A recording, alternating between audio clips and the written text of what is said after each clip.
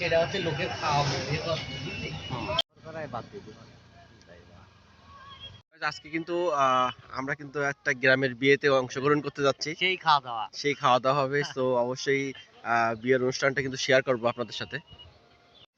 So guys already কিন্তু আমরা কিন্তু আজকে বিয়ের দাওয়াতে যাব এবং আমি আর ফয়সাল কিন্তু অলরেডি বিয়ের দাওয়াতে যাব এবং অলরেডি কিন্তু এখানে দেখতেই পাচ্ছেন আমরা যাওয়ার পথে কিন্তু এই যে আমার ফ্রেন্ড আমরা কিন্তু এখানে আছি এবং অলরেডি কিন্তু তার নিজস্ব ডাম্পার এটা। এই ডাম্পার কিন্তু সে নিজেই কিনেছে এবং অলরেডি কিন্তু দেখেন ডাম্পারটা কিন্তু ধুচ্ছে এবং অলরেডি বাইরের থেকে কিন্তু আপনার টিপ নিয়ে আসছে এবং এই কারণে কিন্তু তো ডাম্পার ধোয়াটা কিন্তু বিশাল ব্যাপার। তো গ্রাম অঞ্চলে কিন্তু গ্রামের মানুষের কাছে কিন্তু কোনো ব্যাপারই না সব ডাম্পার ধোয়া এবং অলরেডি কিন্তু আমাদের বাইকটাও কিন্তু এখন ধুচ্ছে এখানে এবং যেহেতু আজকে ফ্রাইডে তো নামাজের সময় নামাজের টাইমটা অতিক্রম করার পরে কিন্তু আমরা এখান থেকে আবারও কিন্তু আমাদের গন্তব্য কিন্তু পর্যন্ত কিন্তু পৌঁছা যাবো এবং চাইতে চাইতে অবশ্যই গ্রামের সৌন্দর্যটা কিন্তু উপভোগ করাতে করাতে নিয়ে যাবো। তো গাইস সাথেই থাকুন। Hello guys, I'm Shovan and you're watching my channel named Shovan Bishas. Please subscribe my channel and play the bell icon for next videos and you can get every information from my video description and welcome to another blog. So guys already কিন্তু আজকে কিন্তু চলে এসেছি গ্রামের এমন একটা জায়গাতে সেখানে কিন্তু অলরেডি আজকে আমরা দাওয়াত খেতে যাব।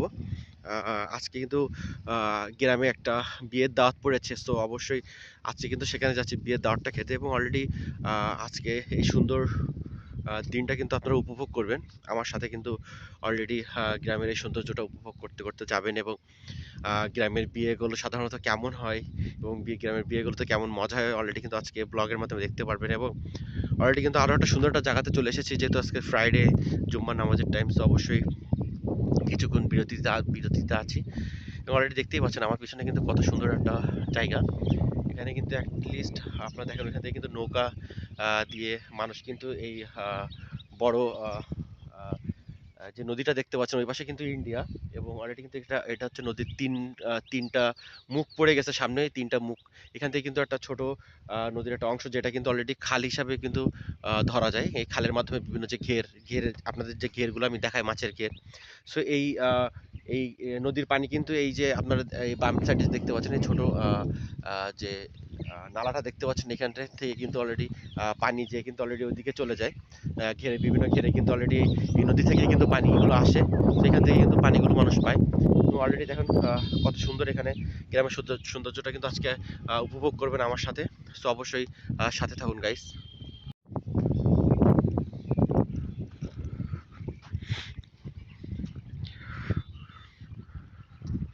সো গ্রামের মানুষেরা দেখেন অলরেডি তাদের জীবিকা নির্বাহ করার কারণে কিন্তু মাঝ নদীতে যাবে এবং খুবই গভীর মাঝ নদীতে এবং স্রোতের পরিমাণটা কিন্তু অনেক বেশি এবং অলরেডি কিন্তু এই যে যাচ্ছে দেখতেই পাচ্ছেন মাছ মারার উদ্দেশ্যে এবং ছোট একটা বাচ্চাও দেখতেছি যে কিন্তু অলরেডি আপনার সুন্দরভাবে সে কিন্তু সেই নদীতে পাইলা তুলে পাল তুলে কিন্তু অলরেডি কিন্তু কত সুন্দর পালটা দেখেন চালাচ্ছে বাচ্চাটা পাল তুলে কিন্তু অলরেডি নদীতে যাচ্ছে এবং খুবই ছোট বাচ্চা সর্বোচ্চ হয়তো 10 থেকে 11 বছর বয়স হবে সর্বোচ্চ হয়তো বাচ্চাটার এবং সত্যি অলরেডি কিন্তু খুব অসাধারণ একটা দৃশ্য। খুব ভালোই লাগতেছে অলরেডি দৃশ্যটা এবং অলরেডি এই পাশে দেখতে পাচ্ছি সামনে কিন্তু অনেক সুন্দর একটা খামারও দেখতে পাচ্ছি বিশাল একটা খামার গরুর খামার।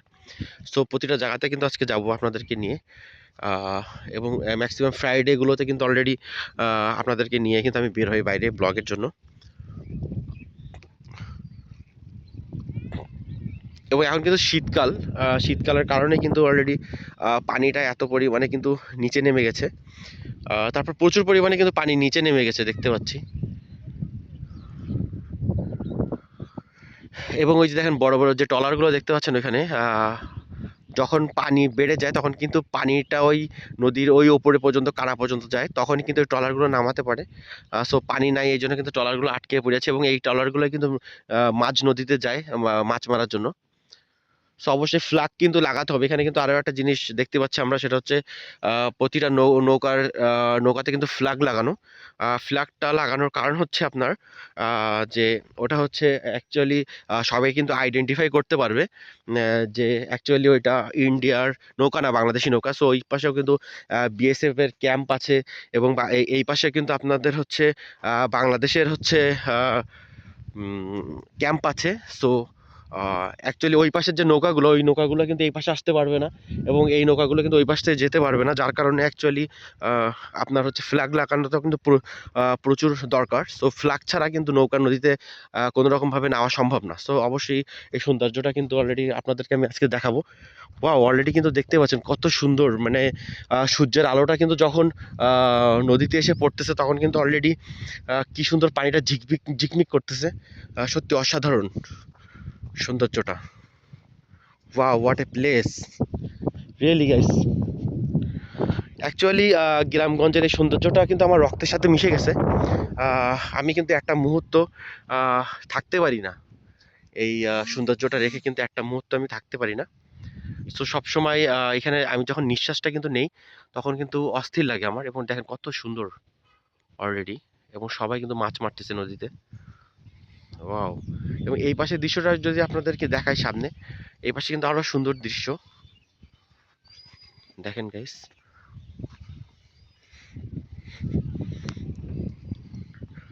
দেখেন নদীতে পানি ঝলমল ঝলমল করতেছে একদম। ওয়াও।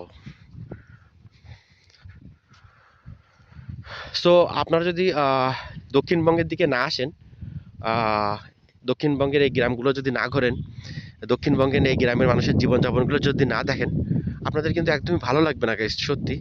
আহ, বাস্তবে এসে যখন জিনিসটা উপভোগ করবেন, আহ, সেই সময় কিন্তু অলরেডি কিন্তু একটা অন্যরকম সৌন্দর্য কিন্তু দেখতে পারবেন নিজের চোখ দিয়ে। অলরেডি আমার ক্যামেরার মাধ্যমে কিন্তু অলরেডি যতটা সম্ভব আপনাদেরকে গ্রামের সৌন্দর্যগুলো দেখানোর চেষ্টা করি। তারপরেও কিন্তু জীবনে যদি কখনো একটা সময় পান, অবশ্যই কিন্তু গ্রামে আসবেন, এবং গ্রামে এসে কিন্তু আহ, গ্রামের এই সৌন্দর্যটা উপভোগ করবেন। এবং অলরেডি সুন্দরবনের পাশেই কিন্তু অলরেডি এই যে গ্রামগুলো আমি আপনাদেরকে ঘুরাই, so border side area, Sundarban area.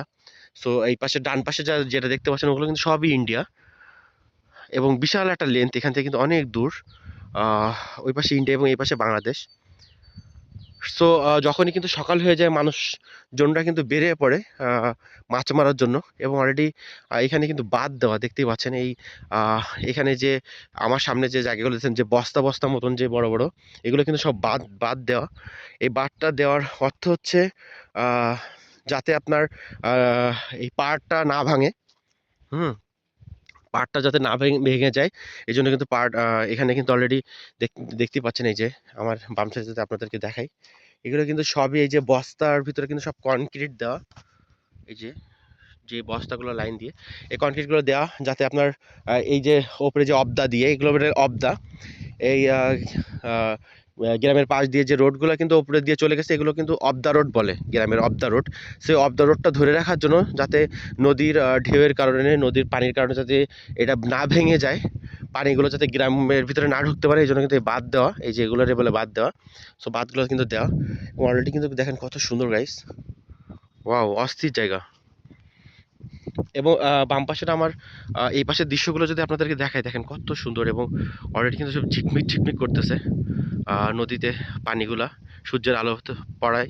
সূর্যের আলোগুলো যখন ডাইরেক্টলি নদীর পানিতে এসে পড়তেছে, একদম পুরো পানিগুলো ঝিকমিক ঝিকমিক করতেছে গাইস, সত্যি অসাধারণ। সো গাইস, আমার সামনে কিন্তু যে জায়গাটা দেখতে পাচ্ছেন, ওইখানে কিন্তু আটটা গ্রাম। এবং নদীর ওই পাশে কিন্তু এই খালটা, যে ছোট যে নদীর নালাটা কিন্তু বেড়ে গেছে। তো এটার ওই পাশে কিন্তু আপনার আরেকটা গ্রাম, এবং এই পাশে যে আমি যা দাঁড়িয়ে আছি, এ পাশে কিন্তু আরো একটা অন্য একটা গ্রাম।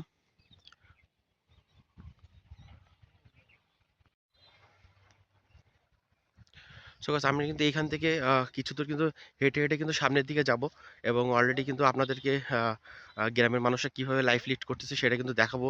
এবং নদীর পাশের মানুষেরা কিন্তু অ্যাকচুয়ালি বলতে গেলে খুবই টাটকা মাছ থেকে শুরু করে প্রতিটা জিনিস কিন্তু অনেক টাটকা খায়। এবং অলরেডি আপনাদের কিন্তু দেখাবো গাইস আমি আমার ভিডিওর মাধ্যমে। সো অবশ্যই আহ, আমার সাথে থাকুন।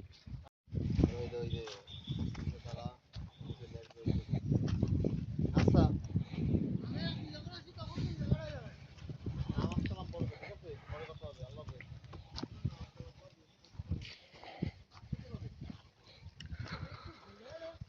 সো গাইস আজকে কিন্তু আপনার বাঁধের ওপর দিয়ে কিন্তু আমি হেঁটে যাচ্ছি এবং অলরেডি আজকে বিয়ের বাড়িতে কিন্তু যেতে যেতে অলরেডি এই সৌন্দর্যটা কিন্তু আপনাদেরকে দেখাতে দেখাতে নিয়ে যাবো এবং অলরেডি কিন্তু আমার বাম পাশে যে জায়গাটা দেখতে পাচ্ছেন এটা কিন্তু অফ দ্য রোড এবং এখান থেকে অলরেডি ওই পাশে যারা অলরেডি বাম পাশে যেসব মানুষগুলো দেখতেছেন এরা কিন্তু অলরেডি আপনার এখানে কিন্তু বসবাস করে এবং মাঝে মাঝে যখন নদীতে প্রচুর পরিমাণে আপনার প্রচুর পরিমাণে যখন নদীতে পানি থাকে সেই সময় অনেক সময় হয়তো নদীর পানিগুলো কিন্তু পাম্প সাইডে চলে চলে আসে এবং অলরেডি দেখেন মানুষরা কীভাবে একদম নদীর পাড়ের যে মানুষেরা কীভাবে কিন্তু লাইফ লিড করতেছে সেটা কিন্তু অলরেডি কিন্তু আপনারা দেখতেই পাচ্ছেন। এখানে অবশ্য একটা জিনিস দেখতে পাচ্ছি যে এখানে কিন্তু যে ভাড় রাখা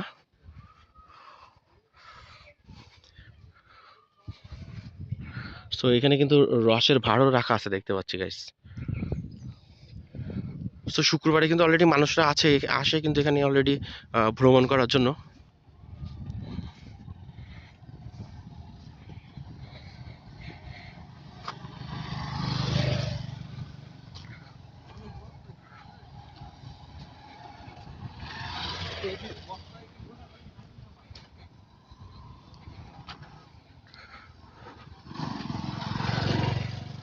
সো অনেক মানুষও দেখতেছেন শুক্রবারের একটা দিন আজকে সবাই কিন্তু বের হয়ে গেছে বাইরে।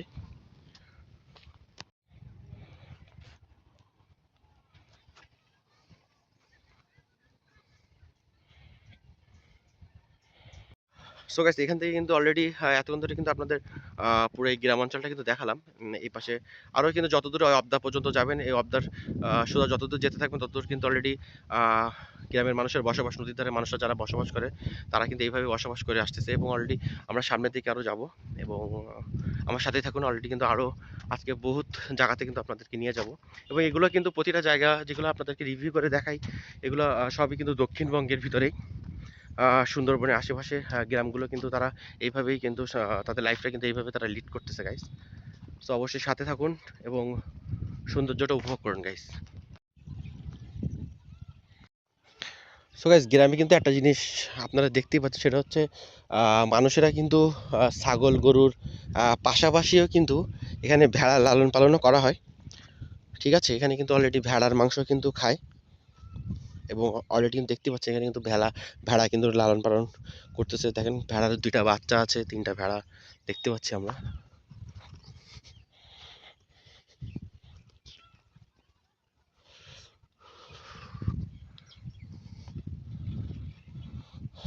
সত্যি গাইস অসাধারণ একটা দৃশ্য। ওয়াও, ছোট ভেড়ার বাচ্চা দেখেন আমার দেখে কিন্তু দৌড় দিচ্ছে ভেড়ার বাচ্চা।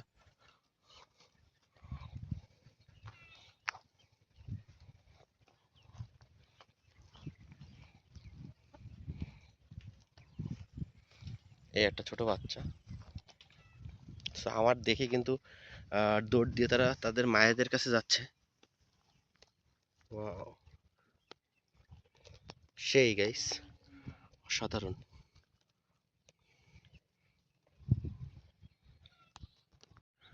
সো গাইস এই যে ভেড়াগুলো কিন্তু অ্যাকচুয়ালি তারা দেখেন ঘাস খাচ্ছে কিভাবে।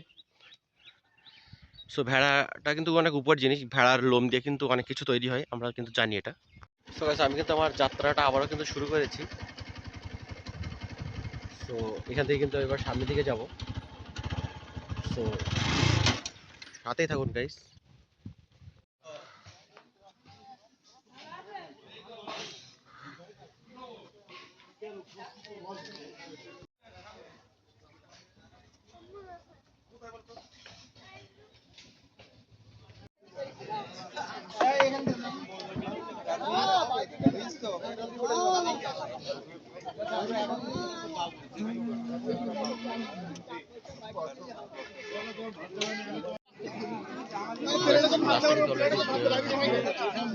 দাওয়াতে চলে আসলাম।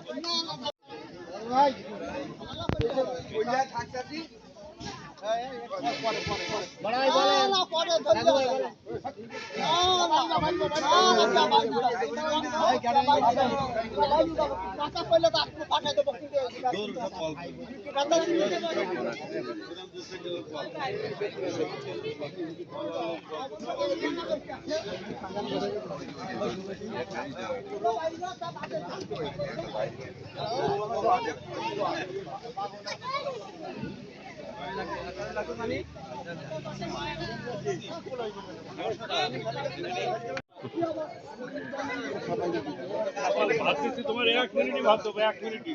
এই গোপাল ভাত রেডি করো।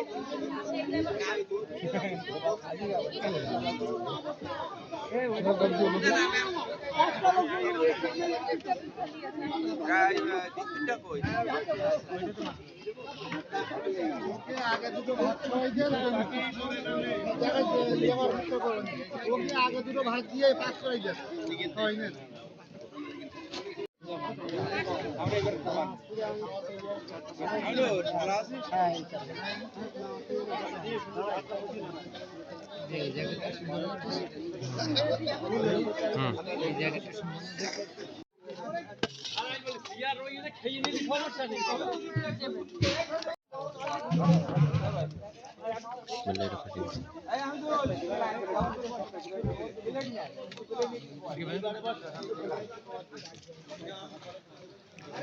সো গাইস ফাইনালি কিন্তু খাওয়া দাওয়া শেষ আমাদের। আমি আর ফয়সাল অলরেডি কিন্তু বসে আছি এখানে এবং সেই খাওয়া দাওয়া করলাম, সেই খাওয়া দাওয়া এবং অলরেডি প্রচুর গরু খেলাম।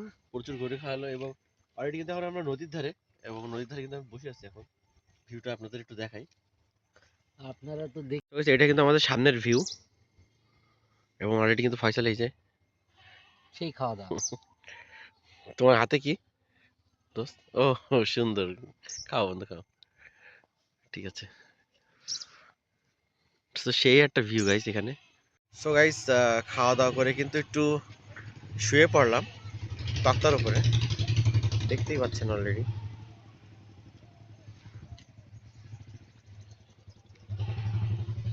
এবং ভিউটা কিন্তু অস্থির একটা ভিউ, সেই লাগছে গাছের তলায়। দেখেন একটা গাছের তলায় কিন্তু শুয়ে আছি এখন। খাওয়া দাওয়াটা কিন্তু অনেক বেশি হয়ে গেছে। আরো বেশি তো তুই এই ঢালে বল কি তাই। নদীর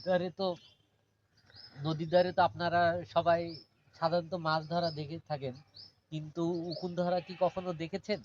যদি উকুন ধরা দেখতে চান তাহলে আমরা দেখাচ্ছি এখনই। হ্যাঁ অলরেডি শুট হচ্ছে, সমস্যা নেই। অলরেডি শুট হচ্ছে। উকুন মারা দেখবে দর্শক? উকুন ধরা হ্যাঁ, এখন হচ্ছে আপনারা হয়তো বা গাইস হচ্ছে আপনারা হচ্ছে মাছ ধরা দেখছেন নদীর ধারে, কিন্তু নদীর ধারে এখনো উকুন ধরা যদি না দেখে থাকেন, হ্যাঁ তাহলে আমরা এখনই দেখাচ্ছি উকুন ধরা। ওই দেখা ওই পাশে কিন্তু উকুন ধরা। ভাবিরা উকুন ধরা। এবং অলরেডি কিন্তু গাইস এখানে কিন্তু একটু রিস্কে আছি, সেটা হচ্ছে সাপ পিঁপড়ে কিন্তু অলরেডি গাছ থেকে কিন্তু নিচে এসে পড়তেছে গার উপরে। তো এই জিনিসটা কিন্তু খুব একটা মারাত্মক, সাপ পিঁপড়ে কামড়াইলে কিন্তু অবস্থা খারাপ হয়ে যায়। তো অবশ্যই রিক্সের ভিতর দিয়ে কিন্তু তারপরেও একটা তৃপ্তি পাচ্ছি অন্যরকম, এমন একটা খোলামেলা পরিবেশে। অ্যাকচুয়ালি কক্সবাজারের একটা ফিল আছে এখানে অন্যরকম, তাই না? হ্যাঁ, শুধু একটু কক্সবাজারের মতন মানে একটু ঢেউ নাই, আদারওয়াইজ কিন্তু সব ঠিক আছে। পিঁপড়ে কামড়াই দিয়েছে গাইস, এই যে পিঁপড়েকে আমরা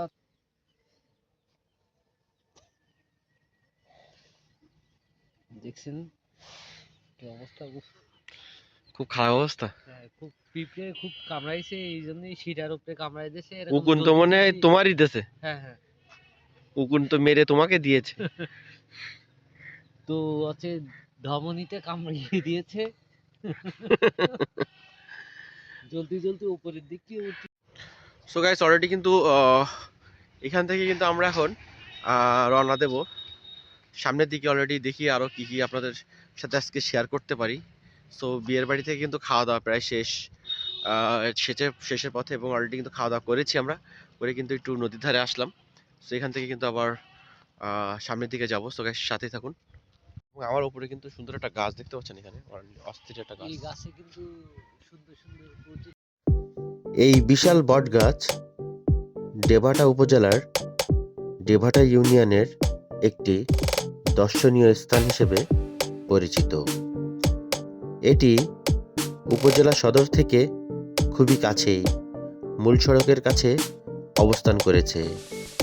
প্রায় 1 বিঘা জমি নিয়ে বসে আছে এই বিশাল বটগাছটি।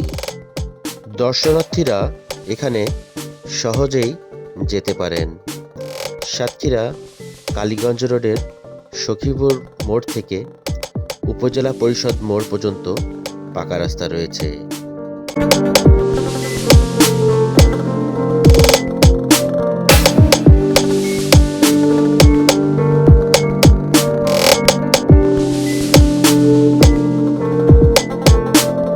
আমি কিন্তু এখন চলে এসেছি সাতক্ষীরা জেলার ডেবাটা উপজেলার এই বটগাছের এখানে। অলরেডি কিন্তু এই বটগাছে একটা কাহিনী কিন্তু অবশ্যই আছে এখানে। সো এখানে যে জমির মালিকটা কিন্তু অ্যাকচুয়ালি ছিল, সে মূলত এই জমিটা কিন্তু কখনো বিক্রি করতে পারেনি, শুধুমাত্র এই বটগাছটার কারণে। এবং সে কিন্তু অ্যাটলিস্ট লাস্টে সে এই জমিটা ছেড়ে কিন্তু অলরেডি চলে যায়, এবং এই জমিটা কিন্তু আর ক্রয় বিক্রয় কিন্তু করা হয়নি। সো অবশ্যই সেই কাহিনীটা কিন্তু অবশ্যই আপনারা এখন জানতে পারবেন। সো অবশ্যই আমি কিন্তু আপনাদেরকে পুরো কাহিনীটা কিন্তু অবশ্যই জানাবো। সো দৃশ্যগুলো দেখতে থাকুন গাইস। লোকমুখে পরিচালিত একটি বর্ণনা অনুযায়ী এই বটগাছটির জন্ম হয়েছিল প্রায় 100 বছরেরও বেশি সময় আগে। স্থানীয়রা বলেন, একবার একটি কাক এখানে একটি ফল গর্তে ফেলে দিয়েছিল। সেই ফল থেকেই গাছটির জন্ম। আসল জন্ম, সাল বা জীবনের শুরু ঠিক কেউ জানে না। গাছটি ইতোমধ্যেই যথেষ্ট বড় বিস্তৃতিতে বৃদ্ধি পেয়েছে এবং সামান্য অঞ্চলটি প্রায় এক একটি ছোট বটবৃক্ষের মতো দেখায়, কারণ এর শিকড় ও ডালপাতা বহুদূর বিস্তৃত। অনেকে মন্তব্য করেছেন যে এই বটগাছ যে কাটে সে মারা যায় এবং এখানে এক প্রকার জিনেদের বসবাস এবং এখানে বিষাক্ত সাপও বাস করে।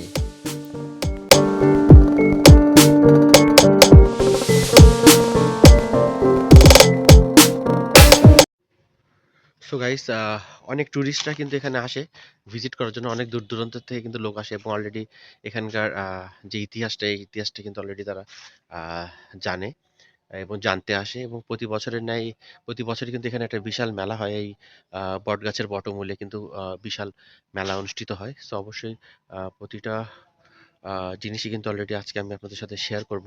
এই বটগাছ সম্পর্কে এখানে যেসব কাহিনী হয়েছে, প্রতিটা জিনিস সম্পর্কে কিন্তু অলরেডি আপনারা কিন্তু জানতে পারবেন। সো অবশ্যই সাথে থাকুন গাইস। এই বটগাছটি শুধু একটি প্রাকৃতিক দিক থেকে নয়, লোক সংস্কৃতি ও ঐতিহ্যগত দৃষ্টিকোণ থেকেও এটি গুরুত্ব বহন করে। এখানে সামাজিক ও ধর্মীয় অনুষ্ঠানও পালন করা হয়। সরকারি ও পর্যটক ওয়েবসাইটে এটি ডেবাটা উপজেলার অন্যতম দর্শনীয় স্থান হিসেবে রেকর্ড করা হয়েছে।